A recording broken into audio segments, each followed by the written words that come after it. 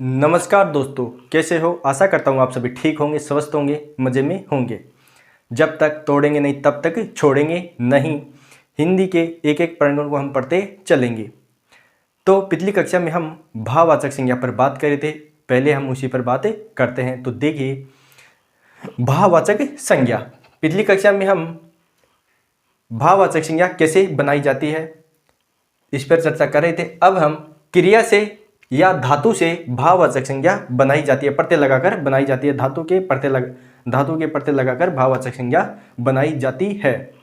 देखिए, सुन क्या है? क्रिया है। क्या है? क्रिया या धातु है। क्रिया का मूल रूप को क्या कहते हैं? धातु कहते हैं। तो सुन धन आई तो क्या बना? सुनाई बना। तो सुनाई क्या है? भाववाचक संज्ञा है। सज धन आवट तो क्या बना? सजावट बना। तो सजना क्या है? यहाँ सज क्या है? धातु है। क्या है? धातु है। तो धातु में आवट प्रत्यय लगने से क्या बना? सजावट बना। तो क्या है? सजावट क्या है? भाववाचक संज्ञा है। पढ़ धन आई तो क्या बना? पढ़ाई बना। उड़ धन आन तो क्या बना? उड़ान बना। प्रश्न आपसे ऐसा पूछा जाएगा, निम्न में से क्रिया से भाववाचक संज्ञा बनाई गई है। तो हमने देख लिया है। सुन क्या है? धन आई तो क्या बना? सुनाई बना। तो सुन क्या है? मूल धातु है। यहाँ पे सज क्या है? सज भी क्या है? क्रिया है। पढ़ क्या है? क्रिया है। तो ये सभी क्या है? क्रिया है। उड भी क्या है? क्रिया है या मूल धातु है। अब अव्यय से भाववाचक संज्ञा बनाई जाती है। अव्यय से भाववाचक संज्ञा बनाना। दूर धन ई तो क्या बना? दूरी बन गया। क्या बन गया? दूरी बन गया। तो दूरी क्या है? अव्यय से भाववाचक संज्ञा है। क्या है? दूरी क्या है? भाववाचक संज्ञा है। और दूर क्या है? अव्यय है। अव्यय में ई प्रत्यय लग गया तो क्या बना? दूरी बन गया। तो दूरी क्या है? भाववाचक संज्ञा है। ऊपर धन ई तो क्या बना? ऊपरी बन गया।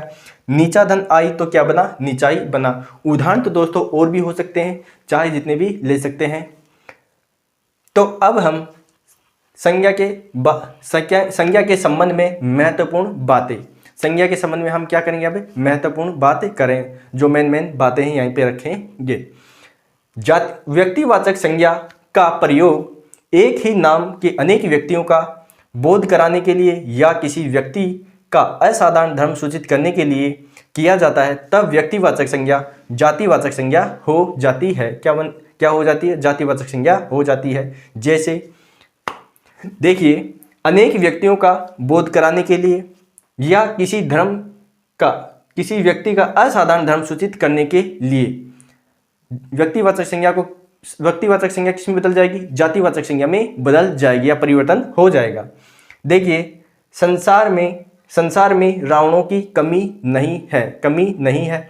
तो यहाँ अगर रावण लेंगे तो व्यक्तिवाचक संज्ञा, और रावण क्या हो गया? एक जाति हो गई।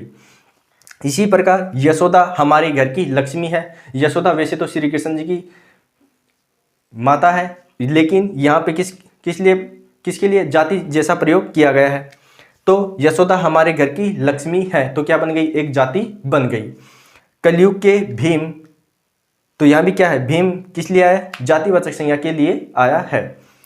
वह छात्र केकई है। वह छात्रा क्या है? केकई है। तो केकई महाभारत में आती है, लेकिन यहाँ पे क्या है? वह छात्रा केकई। तो केकई शब्द क्या हो गया? एक जातिवाचक संज्ञा हो गया।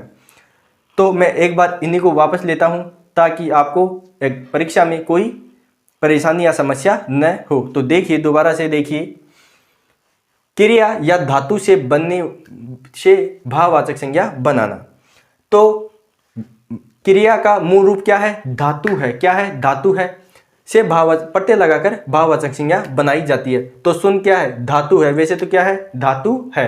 तो धातु में आई प्रत्यय लगेगा तो क्या बनेगा? सुनाई बन गया। क्या बन गया? सुनाई बन गया। सज धन आवट तो क्या बना? सजावट बना। तो सजावट क्या है? भाववाचक संज्ञा है। क्या है? भाववाचक संज्ञा है। पढ़ धन आई तो क्या बना? पढ़ाई बन गया। उड़ धन आन तो क्या बना? उड़ान बन गया। तो ये क्या है? उड़ क्या है? धातु है। और आन प्रत्यय लग गया तो क्या बना? उड़ान बन गया। तो ये भाववाचक संज्ञा है। उड़ान को हम छू नहीं सकते हैं, यानी कि भाववाचक संज्ञा को हम छू नहीं सकते हैं। अब अव्यय से भाववाचक संज्ञा बनाई जाती है। तो अव्यय दूर क्या है, अव्यय है, और ई प्रत्यय आकर जुड़ गया तो क्या बना, दूरी बन गया। ऊपर धन ई तो क्या बना, ऊपरी बन गया। नीचा धन आई तो क्या बना, नीचाई बन गया। अब हम संज्ञा के संबंध में महत्वपूर्ण बातें, जब व्यक्तिवाचक संज्ञा का प्रयोग एक ही नाम के अनेक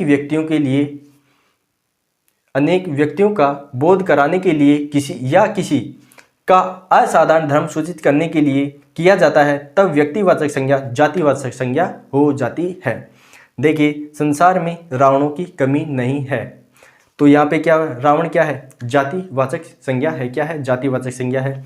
यशोदा हमारे घर की लक्ष्मी है, तो यहाँ श्री कृष्ण जी की माता का नाम न होकर यहाँ पे क्या हुआ, एक जातिवाचक संज्ञा बन गई। कलयुग के भीम एक ही था, लेकिन यहाँ कलयुग के कई भीम हो गए। वह छात्रा केकई है, यानी कि एक न लेकर कई हो गए, तो यहाँ पे क्या हुआ, जातिवाचक संज्ञा है। ये क्या है, जातिवाचक संज्ञा है। तो दोस्तों, आप हमेशा लक्ष्य की ओर ध्यान रखिए और पढ़ते चलिए, कामयाबी अवश्य मिलेगी। तो आज के लिए इतना ही, धन्यवाद।